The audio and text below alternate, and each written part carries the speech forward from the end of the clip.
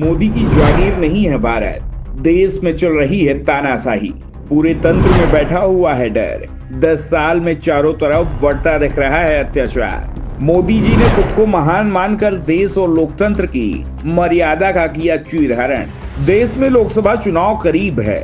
लोकसभा चुनाव की तारीखों का ऐलान हो चुका है। कांग्रेस से अब कांग्रेस संसदीय दल की अध्यक्ष सोनिया गांधी भी मैदान में हैं।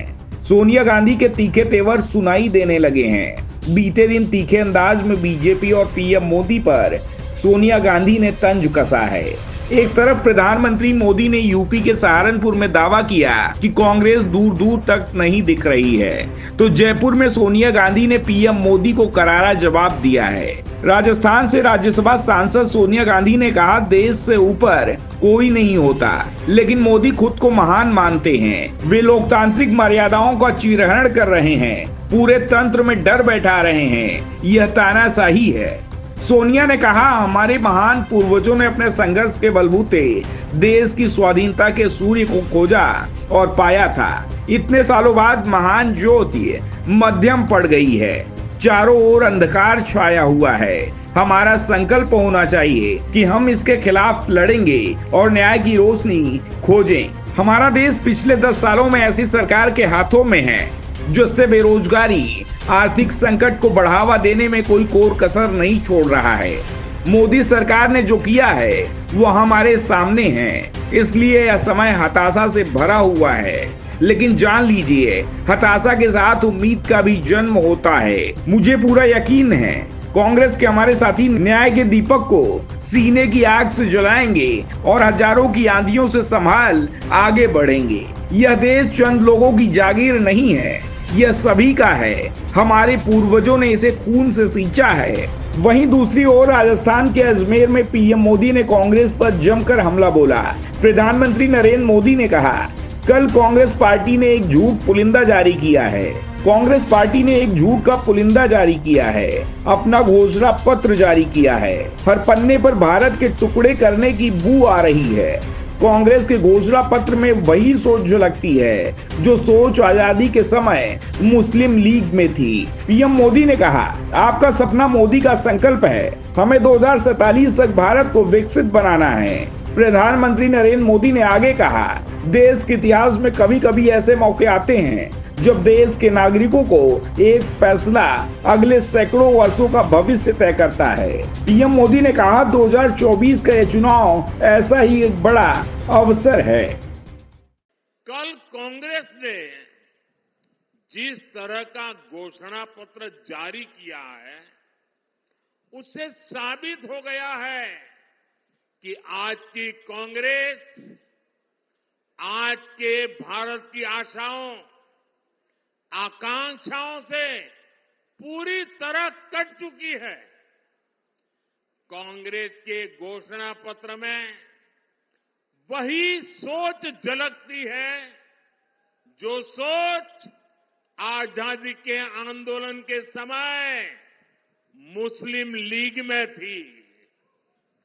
कांग्रेस के घोषणा पत्र में पूरी तरह मुस्लिम लीग की छाप है और इस मुस्लिम लीग वाले घोषणा पत्र में जो कुछ हिस्सा बचा खुचा रह गया, उसमें वामपंथी पूरी तरह हावी हो चुके हैं। कुल मिलाकर कांग्रेस इसमें दूर दूर तक नहीं दिखाई देती है। ऐसी कांग्रेस 21वीं सदी में भारत को आगे नहीं बढ़ा सकती। देश के ऊपर हो जाने की बात सपने में भी नहीं सोची जा सकती। क्या कोई देश से बड़ा कोई हो सकता है? जो ऐसा सोचता है, देश की जनता, मेरी प्यारी बहनें, नौजवान, किसान, मजदूर, आदिवासी उसे सबक सिखा देते हैं।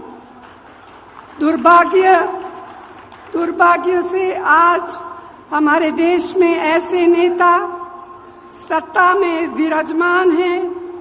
मोदी जी खुद को महान मानकर देश और लोकतंत्र की मर्यादा का चिरहरण कर रहे हैं। विपक्षी नेताओं को डराने धमकाने, भाजपा में शामिल कराने के लिए तरह तरह की हथकंडे अपनाए जा रहे हैं। तो भाइयों और बहनों, आज हमारे देश का लोकतंत्र खतरे में है।